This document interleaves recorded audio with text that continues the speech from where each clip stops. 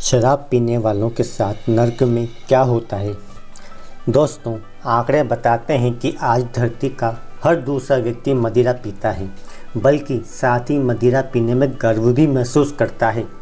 लेकिन दोस्तों, क्या आप जानते हैं कि मदिरा पान को हिंदू धर्म में सबसे बड़े पापों की श्रेणी में रखा गया है। मदिरा पान को सबसे बड़े कुकर्मों और दुर्व्यसनों में गिना जाता है। हिंदू धर्म ग्रंथों में शराब को लेकर क्या लिखा है और शराबी व्यक्ति को नर्क में क्या क्या यातना दी जाती है, आज के वीडियो में हम इसी पर बात करेंगे। साथ ही शराब पीने को लेकर अन्य धर्मों में क्या कहा गया है वो भी इसी वीडियो में बताएंगे। नमस्कार दोस्तों, स्वागत है आपका हमारे चैनल ज्ञान सागर में। आपसे अनुरोध है कि चैनल को सब्सक्राइब कर लें और कमेंट बॉक्स में जय श्री राम लिखकर भगवान का आभार व्यक्त करें। हमारे हिंदू धर्म ग्रंथों में आपको कई तरह के पाप और उनको करने पर मिलने वाली सजाओं का वर्णन मिल जाएगा। इसी तरह भगवद गीता में 5 तरह के महापाप बताए गए हैं और दोस्तों, आपको जानकर हैरानी होगी कि इन 5 महापापों में सबसे बड़ा पाप मदिरा पान को ही बताया गया है। भगवद गीता में ब्रह्म हत्या, चोरी और गुरु स्त्री से संबंध को भी महापाप की गिनती में रखा गया है। दोस्तों, जहाँ भी मदिरा पहुँचती है वह आदमी को शैतान बना देती है। तभी तो शराबी व्यक्ति, शराब के नशे में चूर व्यक्ति दूसरों से न सिर्फ डरता झगड़ता है बल्कि शर्मनाक शब्दों का प्रयोग करने से भी बाज नहीं आता। इसके अलावा हमारे वेदों में भी मदिरा पान को बहुत ही बड़ा बाधक माना गया है। इसीलिए वेदों में भी शराब पीने वाले व्यक्ति को शैतान की संज्ञा दी गई है। ऐसा शैतान जो दूसरों से डरता है और गलत व्यवहार करता है। ऋग्वेद में शराब की घोर निंदा करते हुए कहा गया है, हुस्सु पीतासो युध्यन्ते दुर्मदासो न सुरामया, जिसका अर्थ है कि मदिरा को पीने वाले या सुरापान करने वाले अक्सर युद्ध, मारपीट या उत्पात मचाया करते हैं।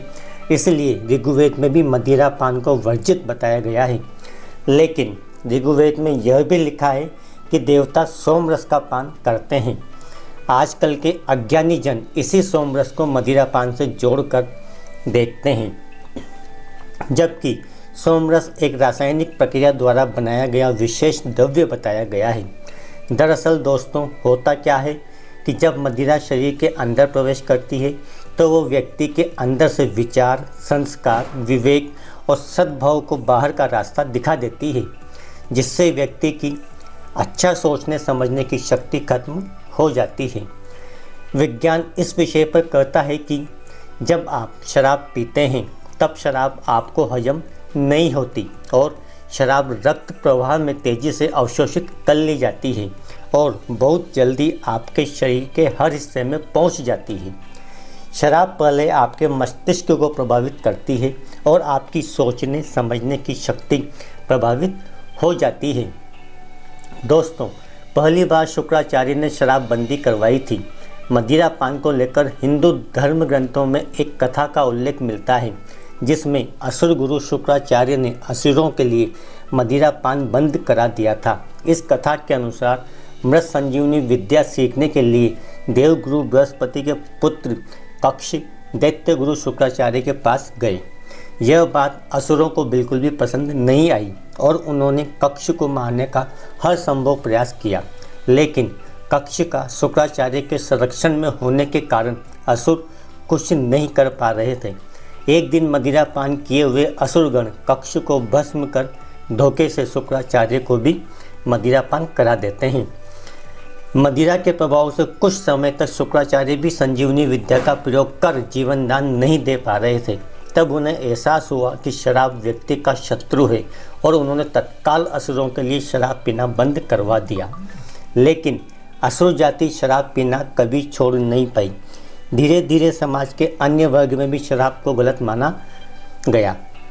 दोस्तों, एक बार रावण ने अपनी बहन शूर्पणखा को ज्ञान दिया था, ऐसा इंसान जो मदिरा पान करता है वह जीवन भर दुखी ही रहता है, क्योंकि शराब के सेवन से व्यक्ति की लज्जा चली जाती है और वह गलत कर्म करने पर भी कभी लज्जित महसूस नहीं करता। इसके अलावा दोस्तों नारद पुराण में भी शराब पीने को गलत बताया गया है। नारद पुराण के अनुसार मदिरा के 3 प्रकार बताए गए हैं। पहला एक गौड़ी मतलब कि गुड़ से बनाई गई शराब। दूसरा है पेस्टी अर्थात चावल आदि के आटे से बनाई गई शराब।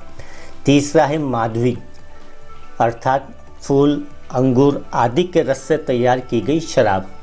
स्त्री हो या पुरुष, हर इंसान को इन सभी तरह की शराब से दूर रहना चाहिए। किसी भी तरह की शराब के सेवन से इंसान महापाप का भागी बन जाता है। इस पाप की सजा व्यक्ति को मृत्यु लोक में भोगनी ही पड़ती है और मृत्यु के बाद नरक में भी भोगनी पड़ती है। शराब पीने वाले इंसान पर भगवान कभी प्रसन्न नहीं होते और उन्हें जीवन में हमेशा परेशानियों का सामना करना पड़ता है। शराब पीने और पिलाने वाले इंसान को विलेपक नामक नरक में यातनाएं दी जाती हैं।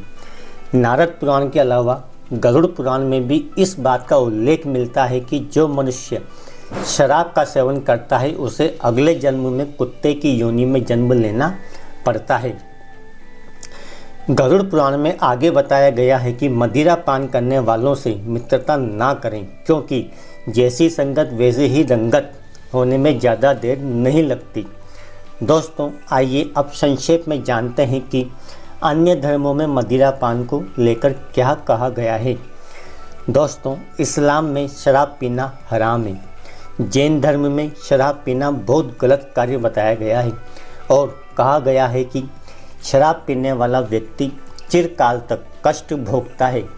शराब एक उत्तेजित पदार्थ है जो मस्तिष्क में क्रूर भाव पैदा करता है। भगवान महावीर ने 7 व्यसनों की चर्चा करते हुए इन्हें त्याज्य बताया है।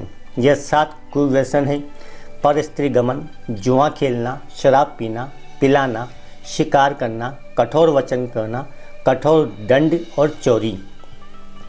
सिख धर्म में किसी भी प्रकार के व्यसन को वर्जित माना गया है तथा उसके सेवन की सख्त मनाही है। गुरु गोविंद सिंह जी ने बैसाखी वाले दिन 4 प्रण करवाए थे जिसमें नशे का सेवन नहीं करना भी था। सिख धर्म में शराब पीना सख्त मना है। ईसाई धर्म में जहाँ बाइबल दाख मदिरा के सेवन के फायदे के बारे में बताती है, वहीं दूसरी तरफ वह हद से ज़्यादा शराब पीने या पियक्कड़पन को गलत बताती है। दोस्तों उम्मीद करता हूँ कि आपको समझ आया होगा कि शराब पीना कितना गलत है। अगर ये बातें आपको समझ आई हो तो वीडियो को लाइक करें और अपने बंधु बांधवों को शेयर करें और ऐसी ही कई ज्ञानवर्धक वीडियो को पाने के लिए हमारे चैनल ज्ञान सागर को सब्सक्राइब करें। धन्यवाद। जय श्री राम।